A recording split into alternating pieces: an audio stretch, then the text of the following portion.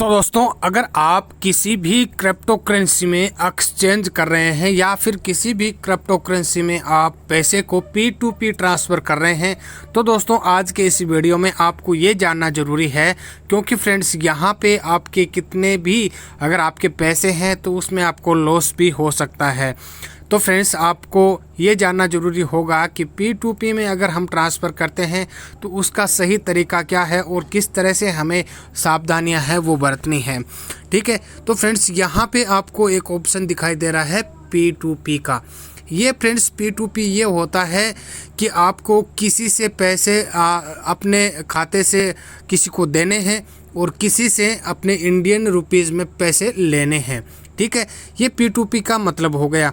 तो फ्रेंड्स अब यहाँ पे अगर आप P2P कर रहे हैं, मान लीजिए आप अगर किसी के साथ P2P का ऑप्शन है या फिर उससे काम कर रहे हैं आप, ठीक है, तो फ्रेंड्स यहाँ पे आपको एक P2P का जो निशान है वो आपको यहाँ पे दिखाई दे रहा है। ठीक है, आप जैसे ही इस पर क्लिक करेंगे P2P पे, तो फ्रेंड्स आप चले जाएंगे उनके ऑप्शन पे। ठीक है, जैसे फ्रेंड्स मैं यहाँ पे आपको करके दिखा देता हूँ।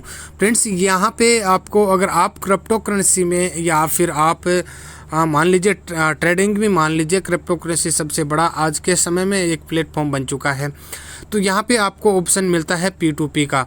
ठीक है, आप जैसे ही P2P के ऑप्शन पे क्लिक करेंगे तो आपको यहाँ पे जो किसी को आप ट्रांसफ़र करेंगे तो आपको ऑप्शन मिल जाएगा। तो यहाँ पे आपको एक सबसे बड़ी जो सावधानियाँ हैं वो आपको रखनी है, क्योंकि फ्रेंड्स आपका जो पैसा है वो आपकी बैंक में आने वाला है और जो आप अगर ट्रांसफ़र कर रहे हैं वो भी आपके अकाउंट से जाने वाले हैं।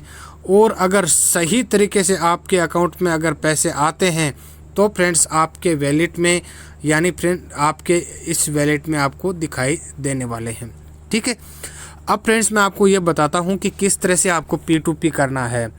फ्रेंड्स अगर आप इसमें अगर लापरवाही करेंगे, अगर आप इसमें अगर थोड़ी भी लापरवाही करेंगे तो आपको P2P से आपका जो बैंक का जो बैलेंस है या फिर आपके जो बैंक से जो आप किसी को ट्रांसफ़र कर रहे हैं या फिर किसी से आप पैसे ले रहे हैं, तो इसमें दोनों में भी गड़बड़ी हो सकती है। ठीक है, अगर आप किसी को दे रहे हैं या फिर किसी से आप ले रहे हैं तो ये दोनों में भी गड़बड़ी हो सकती है। इसके लिए फ्रेंड्स आपको P2P करते समय सबसे पहले एक ध्यान रखना होता है कि जैसे भी आप P2P से अगर आपने पेमेंट किया है कभी, तो आपको वैलेट पे ऑप्शन पे एक मैसेज एरर आता है, वहाँ से जाके आप इसे पेमेंट करते हैं।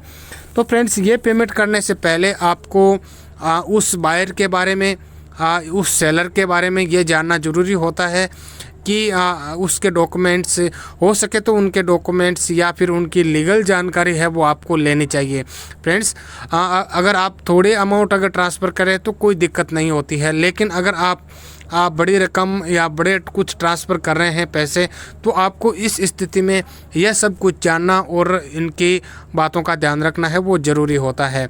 तो फ्रेंड्स ये सब चीज़ें हैं P2P में, अगर क्रिप्टो करेंसी में अगर आप लेन देन कर रहे हैं तो ये सारी चीज़ें हैं जो आपको देख के चलनी पड़ेगी। अगर इन सब चीज़ों में अगर आप लापरवाही करते हैं तो फ्रेंड्स हो सकता है, डेफिनेटली नहीं है क्योंकि ऐसा हमारे भारत में तो नहीं होता है, बट हो सकता है ये वायर कहाँ से आपको मिले ये कोई गारंटी नहीं होती है।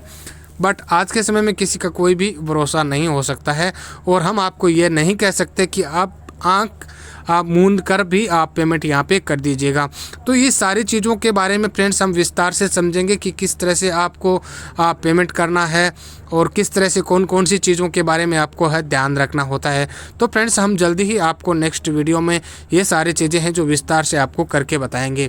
इस वीडियो में फ्रेंड्स इतना ही। अगर वीडियो अच्छा लगा तो वीडियो को लाइक कर दीजिएगा, चैनल पर पहले बार आए तो सब्सक्राइब कर लेना, क्योंकि फ्रेंड्स ऐसी ही वीडियो आपको इस चैनल पर देखने के लिए मिलेगी। मिलते हैं अगले वीडियो में, जब तक के लिए जय हिंद, वंदे मातरम। Thank you for watching this video.